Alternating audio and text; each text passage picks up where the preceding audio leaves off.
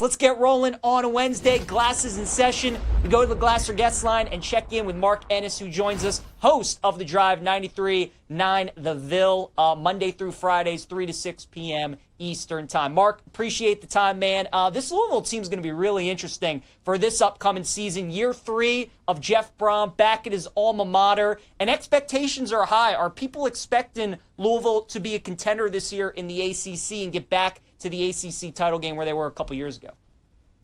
Yeah, I think I don't know if the expectation necessarily, but I think they certainly feel like that's a reasonable goal. That's something they can do. They can be a team that makes it back to Charlotte. There are elements of this team that are downright better than the one that made it to Charlotte a couple of years ago. The schedule is easier than it turned out compared to a year ago.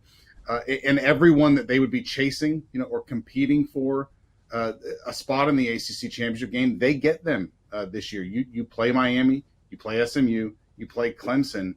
It's entirely in your hands, whether you can navigate this ACC schedule and make it back to Charlotte or not. And I don't really know that there's much more you can ask for than that.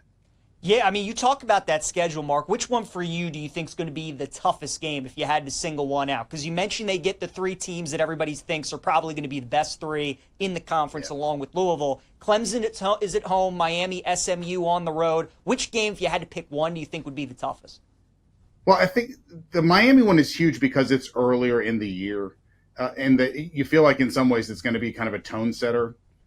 With Miami on a Friday, you get a week off before that, but they're going to start the season 3-0. It's the non-conference games against Eastern Kentucky, James Madison, and Bowling Green. They play Pitt and Virginia. You should win those games and be 5-0 heading into that Miami game. If you win the Miami game, then it's Boston College, Virginia Tech, Cal. Like, you should have a gaudy record by the time the Clemson game gets here, and that'll be a huge game on the schedule. But it really all starts with, can you go down to Miami and win like you did 2 years ago? Both of those games against Miami the last couple of years have been nip-tuck, one-score games. But Louisville was able to pull it out 2 years ago, lost in a one-score game last year against a Miami team. The guy, it just seems like they couldn't do anything with Cam Ward against Cam Ward. So it's the Miami game early, I think, really keeps every big goal on the table if you win that game early in the season in October. Yeah, no doubt. Mark, something I've been noticing when we've been previewing a couple of these ACC teams, it's interesting the strategic bye weeks that some of these teams have. And what I noticed with Louisville is that they have their 2 bye weeks kind of early on in the season.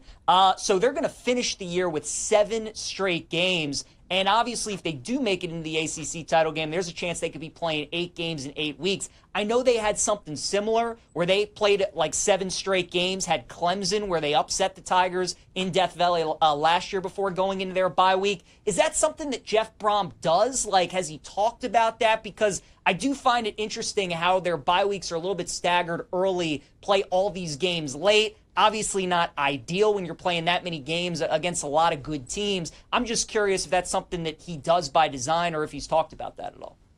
The answer is no. It's not something that he does by design. It really kind of gets handed down from on high by the ACC. You get some say in your non-conference games, but they get all the say really in the last 8 weeks of the season for the most part. And not only does he not do this by design, he's pretty pissed about it. He's not really thrilled with that down the stretch. And so, I think it's imperative that they use the first 5 games of the year, which includes those bye weeks in there. So that first half of the schedule, you got to take care of business against Eastern Kentucky, against James Madison, against Bowling Green. You got to keep some of the wear and tear off of guys and basically kind of have 2 seasons where after that Miami game, it's, hey, this is who we are for the rest of the year. And we got to keep some of the mileage off some of these key guys because if there's anything that got the team 2 years ago, it was they were very beat up by the end of the year. Jamari Thrash was a big threat for them, and he barely played the second half of the year. Jawar Jordan barely played the second half of that year.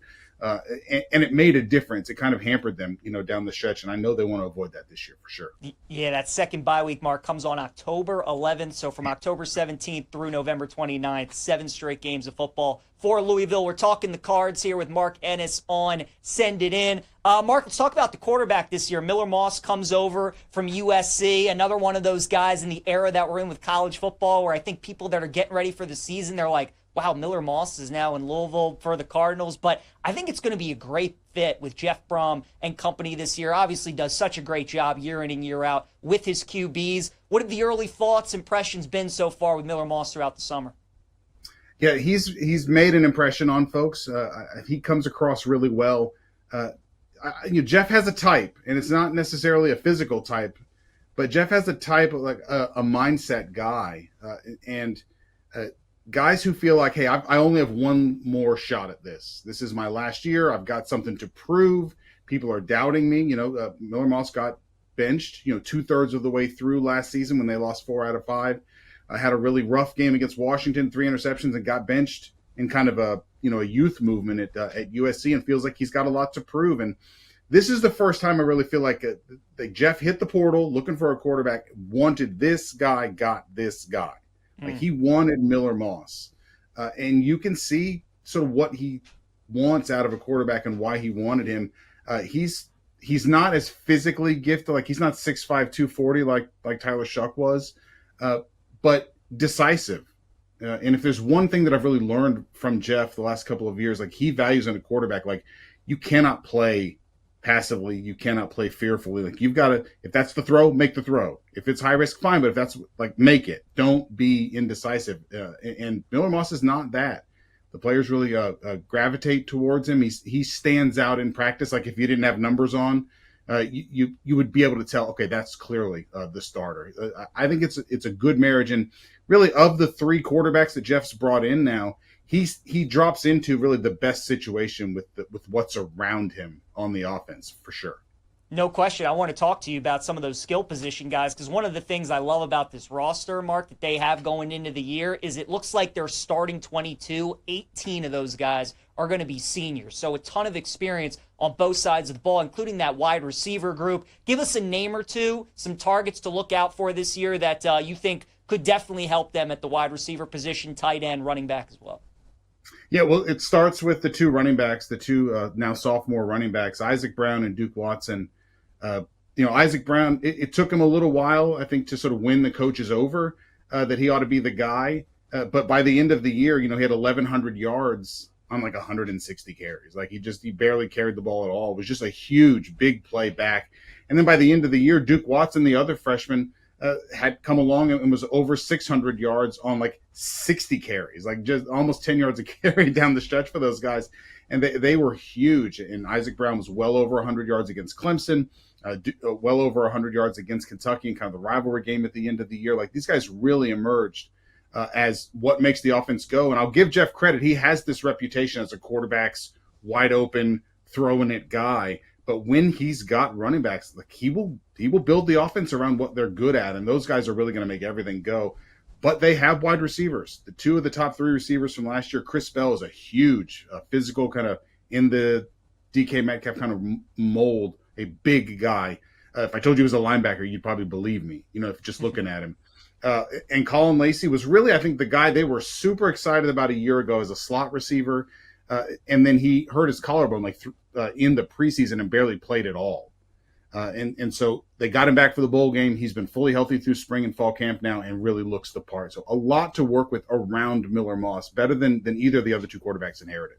Quick thought on the other side of the ball, Mark. When people think Louisville, they think Brom, they think offense. The defense, though, his first couple of years has been pretty good. This one, again, a lot of returning pieces, some older guys. What do you expect from the defense this year?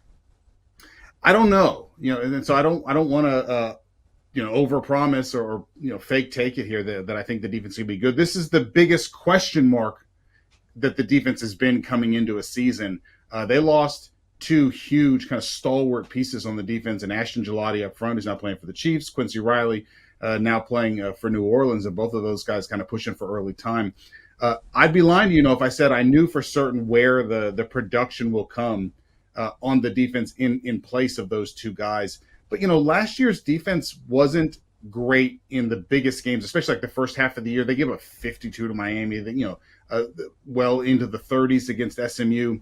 But by the second half of last year had sort of settled down.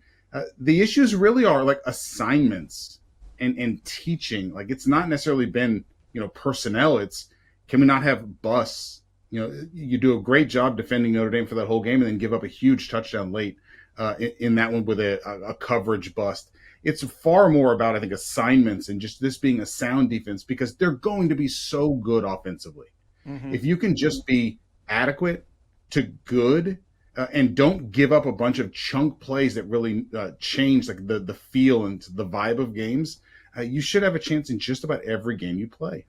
Mark, we'll leave you with this, about 30 seconds. I think it's interesting at BetMGM right now, there's a couple of bets that are the same price. Plus 350 for either Louisville to make it to the ACC title game, so they don't even have to win, just to make it, or plus 350 to make the college football playoff. We obviously saw SMU make the playoff last year, losing in the ACC title game. Which one would you rather bet? Would you just take the Cards to make it to Charlotte or bet them to make the playoff if you had to choose? If I had to bet, I would take Charlotte because you have far more control over that. Mm-hmm. Like I mentioned earlier, you play Miami, you play SMU, you play Clemson. You're going to have far more control over that. And this year in the non-conference, Eastern Kentucky, James Madison, Bowling Green, not great. They don't play Notre Dame like they have in several of the previous years in the non-conference. And Kentucky's not nearly as good as they were just even a couple of years ago, to where it just feels like there's going to be less grace for a Louisville team in terms of playoff consideration, unless they outright win the ACC. And so just not quite the same, I think, resume opportunities, unless some teams in the ACC turn out to be a whole lot better than we expect. I just don't think that they're going to get that same thing. And I think that's going to be true, by the way, of just about everybody in the ACC. They gave SMU the benefit of the doubt last year, and we've spent the whole summer griping about it. And so I'd be surprised if anyone in the ACC gets that in back-to-back years. I think it's a great point. Great talking to Mark Ennis, host of The Drive on 93.9 The Ville, Mondays through Fridays, 3 to 6 p.m. Eastern Time. Make sure you guys give Mark a follow on X at Mark Ennis. Mark, really appreciate the time, man. Thanks for stopping by. Hope to catch up again at some point during the season. Anytime, guys. Anytime.